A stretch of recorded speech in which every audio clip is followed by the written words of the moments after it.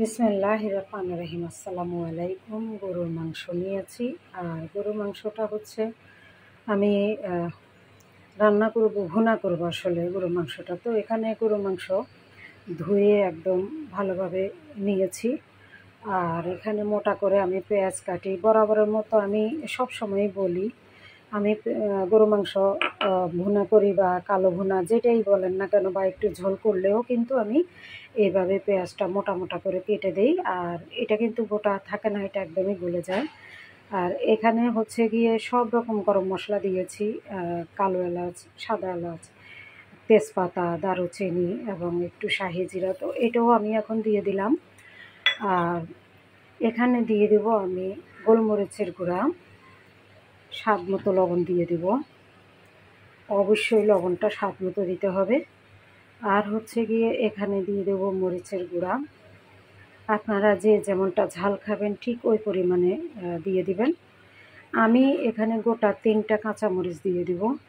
আপনারা চাইলে আর একটু বেশি দিতে পারেন, এটা আপনাদের ইচ্ছা।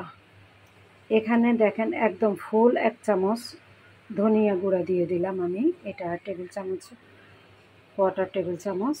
আর এখানে দিয়ে দিব আমি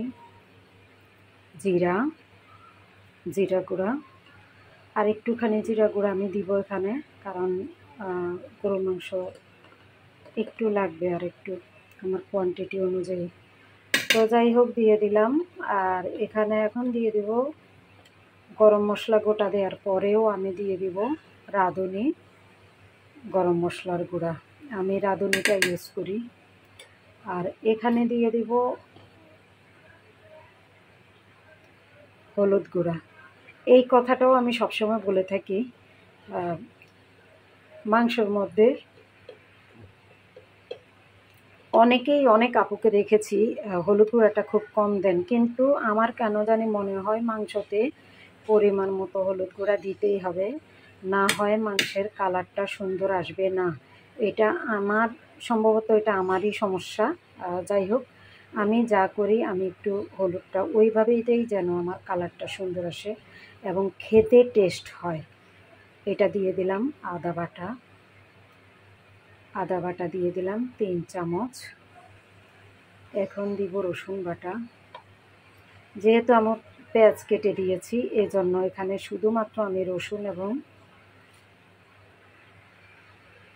পেঁয়াজ বাটা দিব না, এখন এটা দিয়ে দিলাম রসুন। তো রসুন দিয়ে দিলাম। এখন আমি রান্নাটা করব হলো সরিষার তেল দিয়ে। আমার প্রত্যেকটা রান্নাই সরিষার তেলের, আপনারা সয়াবিন তেল দিয়ে রান্না করতে পারেন। তো আমি এখানে পরিমাণ মতো অল্প, বেশি পরিমাণে দেই নাই, কারণ আমার শেষে আমার আরও তেল লাগবে, পেঁয়াজ কুচি লাগবে। আপনারা আমার সাথে থাকুন, দেখতে পাবেন আমি কি কি মশলা ইউজ করি আর এই রান্নাটা আমি কীভাবে করি, এটা আমি আপনাদের সাথে সম্পূর্ণটা শেয়ার করব।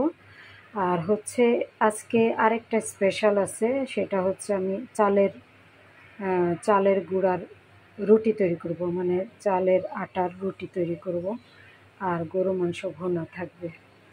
তো আমার সাথে থাকেন।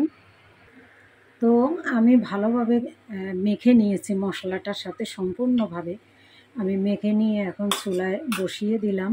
আর এখন আমার রান্নাটা আমি আগুনটা আমি দিয়ে দিব। বিসমিল্লাহ, আগুন দিয়ে দিলাম।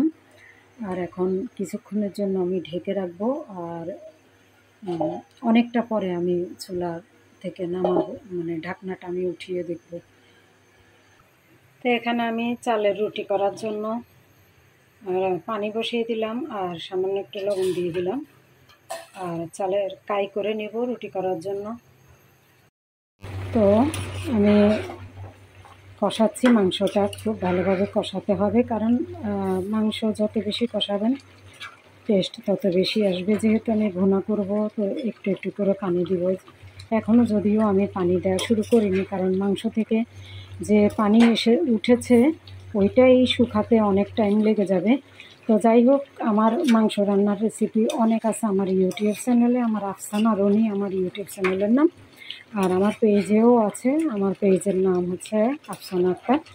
তো লং ভিডিও, শর্ট ভিডিও, অনেক ভিডিও আমার ইউটিউব চ্যানেলে আছে, আপনারা দেখে নিতে পারেন। আর আলহামদুলিল্লাহ আমার মাংস রান্নাটা আশা করি কখনোই খারাপ হয় না, অন্য কিছু খারাপ হলেও এটা খারাপ হয় না। তো থাকেন আমার সাথে।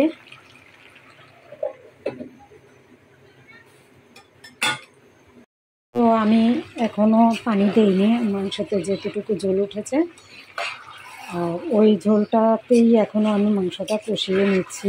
আর এই ভিডিওটা একটু লং হয় কারণ গরু মাংস রান্না করতে একটু সময় লাগবে, এটাই স্বাভাবিক। তো আপনাদের যদি ধৈর্য থাকে তাহলে আমার ভিডিওটা ফুল দেখে নেবেন আর এইভাবে একটু রান্না করবেন।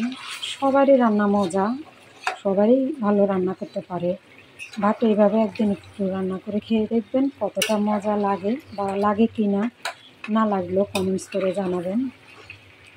আর পানি একটু একটু পানি দিয়ে দিয়ে কষাবো, কিন্তু আমি আরও কিছুক্ষণ এইভাবে কষাবো। আর হচ্ছে গিয়ে এইভাবেই মানে কষিয়ে কষিয়ে দেখা যাবে যে একটা সময় মাংস প্রায় সিদ্ধ হয়ে গিয়েছে। তো তখন আমি ফাইনালি যদি একটু ঝোল রাখি, তো তখন আমি ওই ঝোলটুকু দিয়ে দেবেন। কত কাজ পারি কিন্তু এই একটা কাজ পারি না, এটা হচ্ছে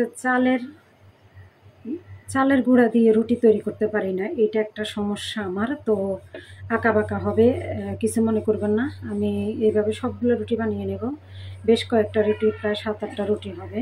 এই যে এখানে 7-8টা রুটি হবে। তো সবগুলো রুটি আমি তৈরি করে নেব এইভাবে। যদিও দেখতে সুন্দর হবে না, বাট তৈরি করতেই হবে, আমাকে কিচ্ছু করার নাই। তো মাঝে মাঝে দেখতে হবে গরুর মাংসটা যেন তলায় লেগে না যায়। আর আমি এখন একটু একটু পানি দিয়ে আমি কষাচ্ছি, যেহেতু আমি ভুনা করব। আর এভাবেই আমাকে একটু একটু করে পানি দিয়ে কষাতে হবে, এখানেই সিদ্ধ হবে। আর বাকি শেষে যে কাজটা করব সেটাও আপনাদের সাথে শেয়ার করব, আমার সাথে থাকতে হবে দেখার জন্য।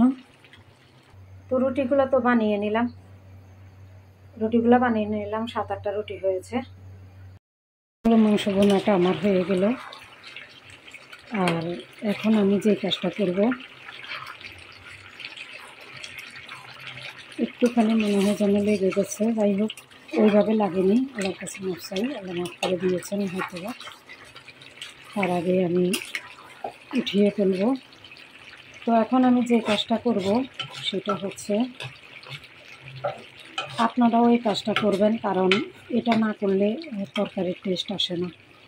আমি বললাম এই কাজটা আপনারা করবেন, এটা না হয় আমার জন্যই একদিন করে খাবেন। এখানে পেঁয়াজ বেরেস্তা করেছি, পেঁয়াজ বেরেস্তা করে আমি দিয়ে দিয়েছি। আর মশলাটা স্পেশাল মশলাটা আপনারা চাইলেও দিতে পারেন, না চাইলেও দিতে পারেন। তবে যদি এই মশলাটা আপনাদের কাছে না থেকে থাকে তাহলে আপনারা গোলমরিচের গুঁড়াটা একটু করে রাখবেন, ওইটা দিবেন, এবং একটু গরম মশলা দিয়ে দিবেন। তো আমার এই মশলাটা আমার হাতে তৈরি করা, যার জন্য আমি দিয়ে দিচ্ছি। আর এটা হচ্ছে গরম মশলার গুঁড়া। তো গরম মশলার গুঁড়া এবং ভাজা গোলমরিচের গুঁড়া, ভাজা জিরা গুঁড়া, এটা অন্তত পক্ষে দিবেন। আর দিবেন হলো পেঁয়াজ বেরেস্তা। তো আমার এই মাংস ভুনাটা কেমন মনে হলো আপনাদের কাছে? যদি ভালো মনে হয় তাহলে আমার ইউটিউব চ্যানেলটি সাবস্ক্রাইব করবেন আর আমার পেজটাকে ফলো করবেন। আমার পাশে থাকার জন্য আপনাদের সবাইকে ধন্যবাদ। আজ এ পর্যন্তই, সবাই ভালো থাকবেন। আসসালামু আলাইকুম।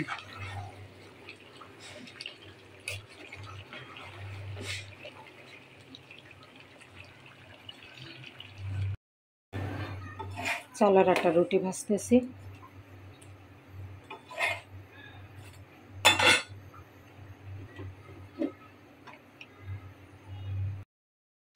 চালের আটা আর গরু মাংস ভুনা, আজকে এই ছিল আমাদের মেনু। এটা খাবো বলে আগেই ঠিক করেছিলাম।